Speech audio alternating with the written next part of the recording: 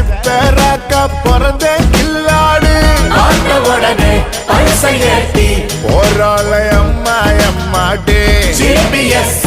இல்லாமலே வருவேன் நான் பின்னாடி